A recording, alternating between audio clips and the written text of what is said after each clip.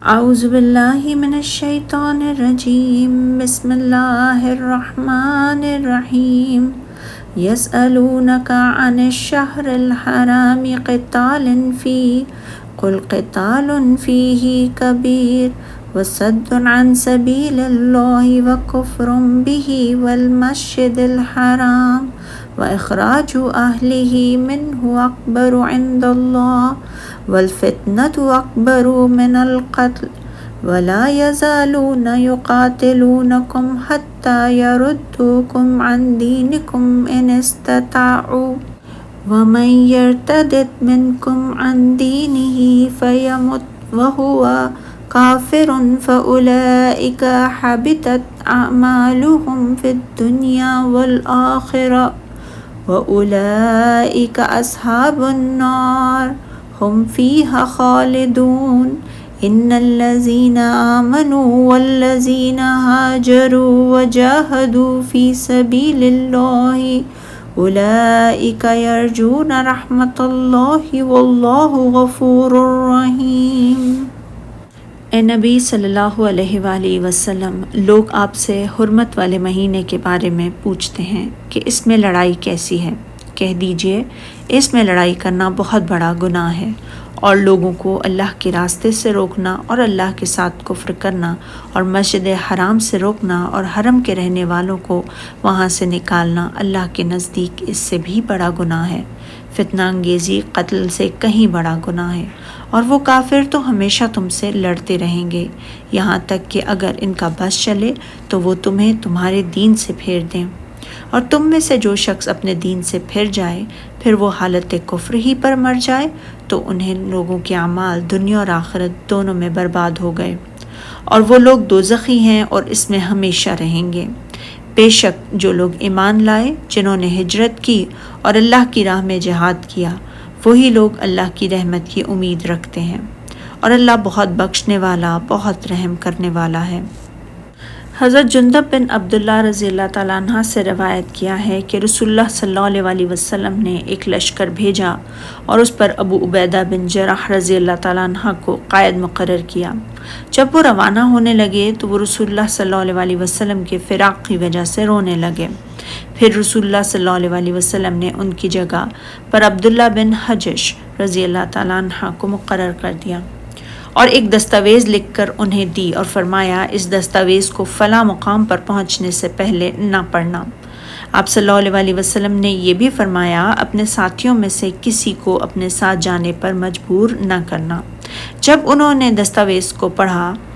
تو انا للہ و انا الیہ راجعون پڑھنے لگے اور کہنے لگے کہ اللہ اور اس کے رسول کا فرمان سر آنکھوں پر۔ پھر انہوں نے اپنے ساتھیوں کو صورتحال سے آگاہ کیا، نبی صلی اللہ علیہ وسلم کا نام مبارک پڑھ کر سنایا تو ان میں سے 2 آدمی واپس آ گئے اور باقی ان کے ساتھ ہی رہے۔ ابن حزرہ میں می سے ان کی ملاقات ہوئی تو اسے انہوں نے قتل کر دیا، اور انہیں یہ معلوم نہ ہو سکا کہ یہ دن رجب کا ہے یا جمادی الاولیٰ کا۔ مشرکوں نے مسلمانوں سے کہا کہ تم نے تو حرمت والے مہینے میں لڑائی کی ہے،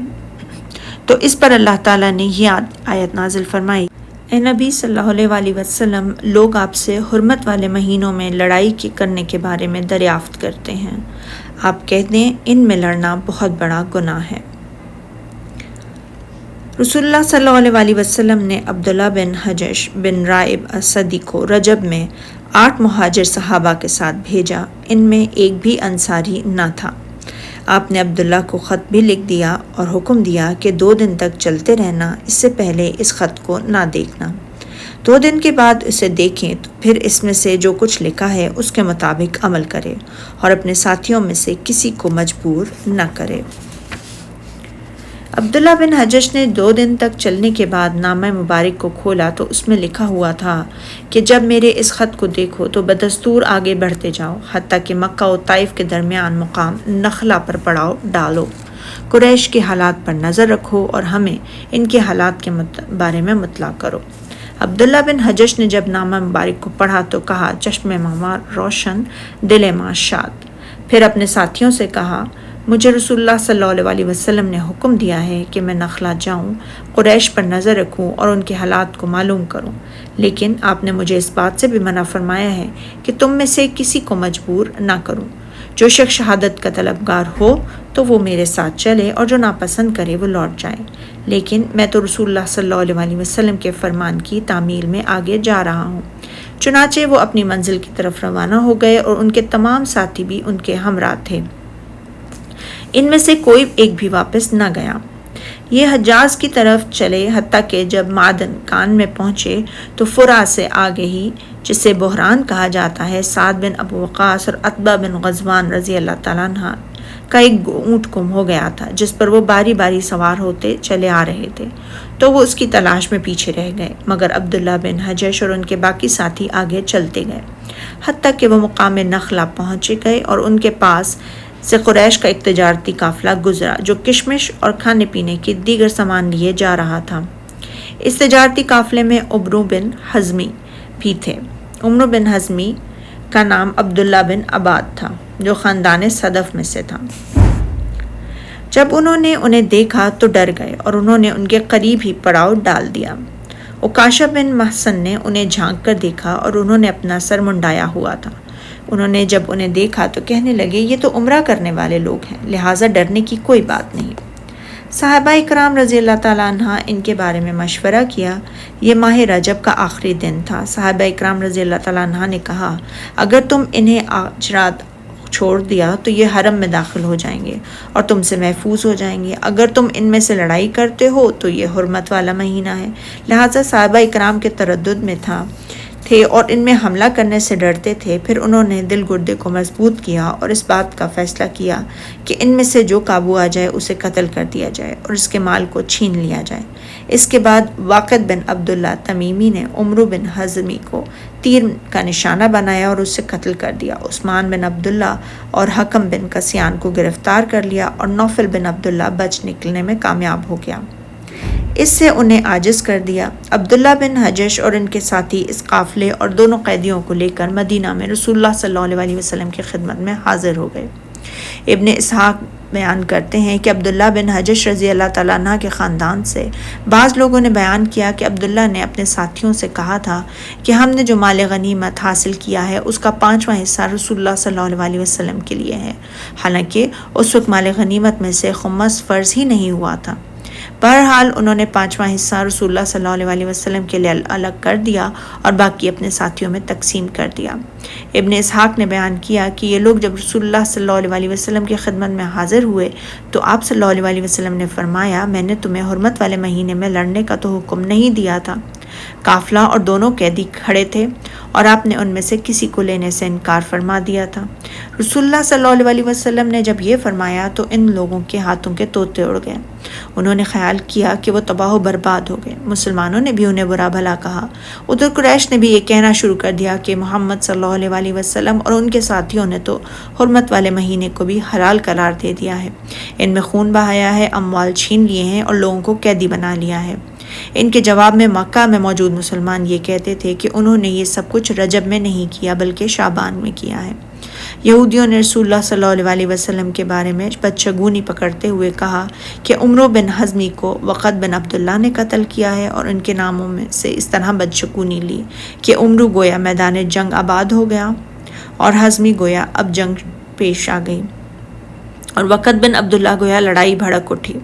مگر یہ تمام چیزیں اللہ نے انہی کے خلاف کر دیں اور ان کے حق میں نہیں کی۔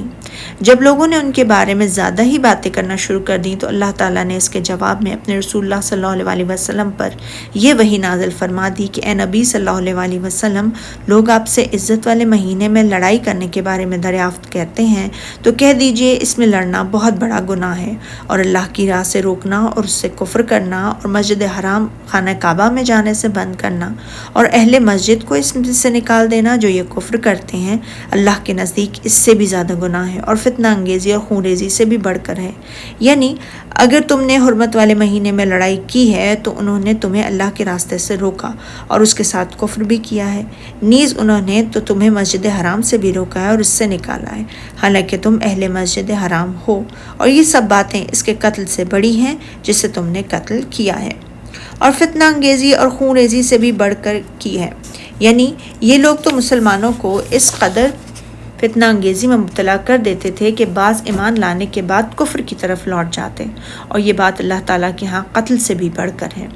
اور یہ لوگ ہمیشہ تم سے لڑتے رہیں گے یہاں تک کہ اگر مقدور رکھیں تو تم کو تمہارے دین سے پھیر دیں۔ یعنی یہ لوگ بہت خبیث اور بہت بڑی بات پر قائم ہیں اور اس سے توبہ بھی نہیں کرتے اور نہ اس بات کو ترک کرتے ہیں۔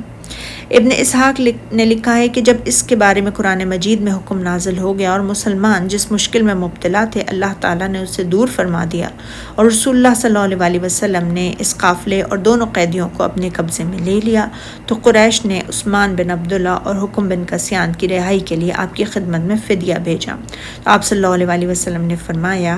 ہم اس وقت تک ان کو فدیہ لے کر رہا نہیں کریں گے جب تک ہمارے دونوں ساتھی یعنی سعد بن ابو وقاص اور عتبہ بن غزوان ہمارے پاس نہیں آ جاتے، کیونکہ ہمیں یہ خدشہ ہے کہ تم انہیں نقصان پہنچاؤ گے۔ لیکن یاد رکھو، اگر تم نے ہمارے ان دونوں ساتھیوں کو قتل کیا تو ہم تمہارے ان دونوں آدمیوں کو قتل کر دیں گے۔ چنانچہ سعد اور عتبہ خیریت سے واپس آ گئے تو رسول اللہ صلی اللہ علیہ وسلم نے فدیہ لے کر قریش کے دونوں آدمیوں کو رہائی عطا فرما دی۔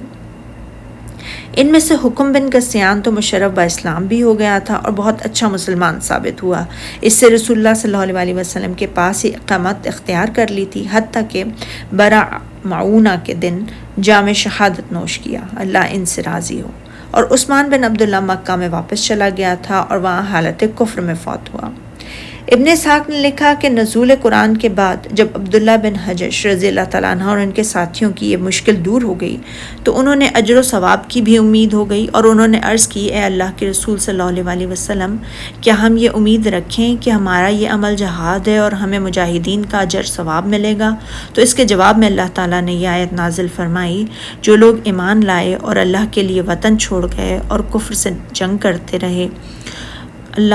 وہی اللہ کی رحمت کے امیدوار ہیں، اور اللہ بخشنے والا رحمت کرنے والا ہے۔ اسی طرح اللہ تعالیٰ انہیں اپنی رحمت کے عظیم ترین امیدواروں میں قرار دیا ہے۔ صدق اللہ العظیم۔